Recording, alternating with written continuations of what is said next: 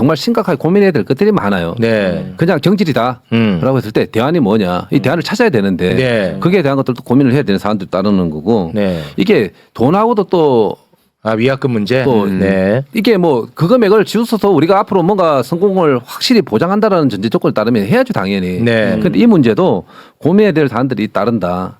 그다음에 차선책에 대한 것들도 또 고민을 해서 먼저 그려놓고 경질부터 하고 난 다음에 차선책을 찾는다. 이거 안 되는 거. 왜? 3월달 당장 게임이 있으니까. 네. 물론 그것 때문에 경질해야 되는 걸 미룬다. 이것도 아니지만 네네. 현실적으로 뭐 맞는 말씀인데. 어쨌든 고려해야 될 것들을 여러 가지 사안들을 다 검토를 하고 네. 경질을 하게 되면 네. 감독하고 협의를 통해서 뭔가를 이끌어내야 된다. 네. 당장 경질해서 돈을 물어준다. 아니 그게 아니라 네네. 경질을 하더라도 서로 간에 합의점을 찾고 네. 정리가 돼야 되고 네. 왜?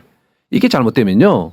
우리나라 감독을 못 구해요. 앞으로 더 꼬일 안 수가 옵니다. 있어. 왜 오겠어요? 뭐 그럴 수 있죠. 네. 여론 때문에 너무 맞는 또 본인이 말씀이에요. 실수한 건 많은데도 불구하고 이렇게 됐다라고 생각했을 때는 맞아. 차선책에 대한 것 이거는 맞는 말이야. 맞잖아. 현실적으로 형님이 맞는 말씀이야. 진짜. 그런데 형님, 대한민국 축구 형님으로서 이거 지금 투잡 이 행태에 대해서는 형님 말로 한번 좀 욕 한번 시원하게 해주세요.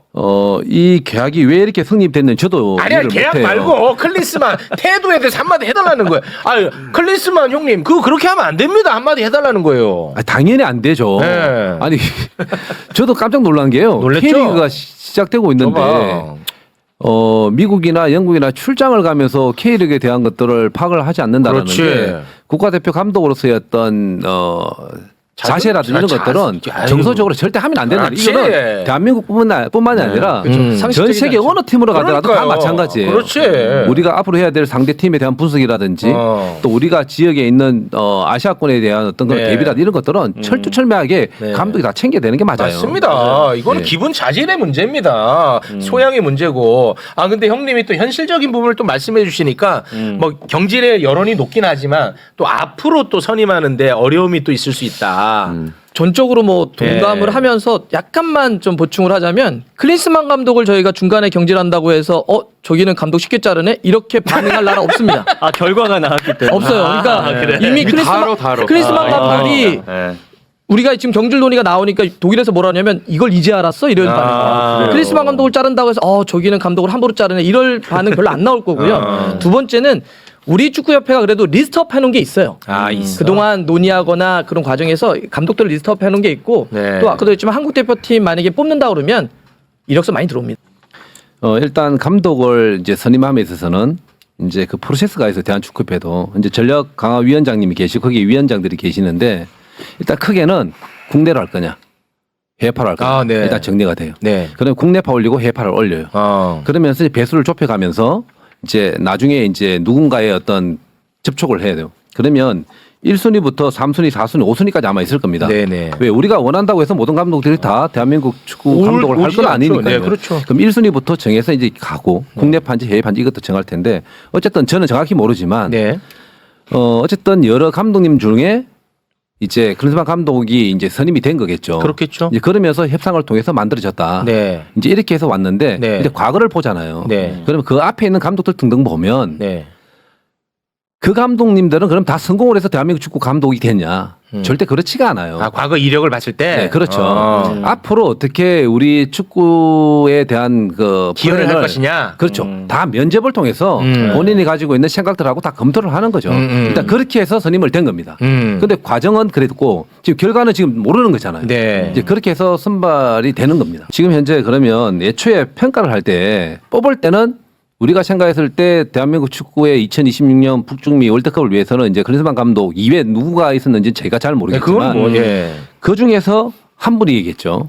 그 중에서 제일 이제 미래에 대한 것들을 플랜을 잘 가져오신 분이 아닌가라고 생각이 들어서 이제 뽑은 거겠죠. 네, 저는 그렇게 생각해요. 근데 우리나라에 올 때 이력이 화려했던 사람, 성공했던 사람들은 사실 오기 힘들잖아요. 그러니까 했는데 이름값은 있는데 그 전에 잠깐 삐끗한 분들을 좀 많이 그거는 전혀 아니야. 왔던 것 같은데 오는 조건이 좋아 우리나라에 그죠? 괜찮은 편이에요. 서로 안 오겠다는 나라가 아니라니까. 유럽에서 현재 탑을 찍고 있는데 오진 않죠. 근데 예를 들면 히딩크 감독도 그때 이제 네덜란드를 98 프랑스 월드컵 때 하고 잠깐 커리어가 있을 때 한국은 그런 의미로는 이렇게 한번 반등치기는 되게 매력적이죠. 왜냐하면 무조건 월드컵에 나갈 수 있는 팀이에요. 그렇지. 아시아에서는 탑이에요. 그럼 내가 월드컵에서 만약에 16강 정도 이상을 해낸다면 다시 커리어 타이어가 올라가죠. 그렇죠. 그래서 히딩크 감독이 다시 유럽으로 가잖아요. 아. 이런 식으로 그래서 우리는 되게 매력적인. 더 계약하기를 원했나 보군요. 벤투. 이제 그때도 이제 돌아가 보면 현실적으로 이제 제가 그때 있는 상황, 그때 제가 대한축구 부회장에 있었으니까 부회장이었어요 네네. 그때? 그때 아 당시에는 그건 잘하시겠네요. 벤투 감독님 재계약이 앞서서 가지고 한 6개월 정도 전에 저희들은 이제 얘기를 해줘야 돼요. 왜냐하면 감독님도 이제 미래가 있는 거니까 맞습니다. 계획을 잡아야 되니까. 그때 당시 국내 정서는 사실 분위기가 많이 안 좋았었어요. 어떤 거냐? 네. 지금까지 보여줬던 이 빌드업 축구로서 우리 월드컵에 가서 성공을 할 수 있을까 물음표였단 말이에요. 맞습니다. 그래서 대한축구협이 어떤 계획을 잡냐 저한테 여쭤봤을 때 저는 있는 그대로 얘기했어요. 현재 뭐 우리나라뿐만 아니라 전 세계 축구 다 마찬가지입니다.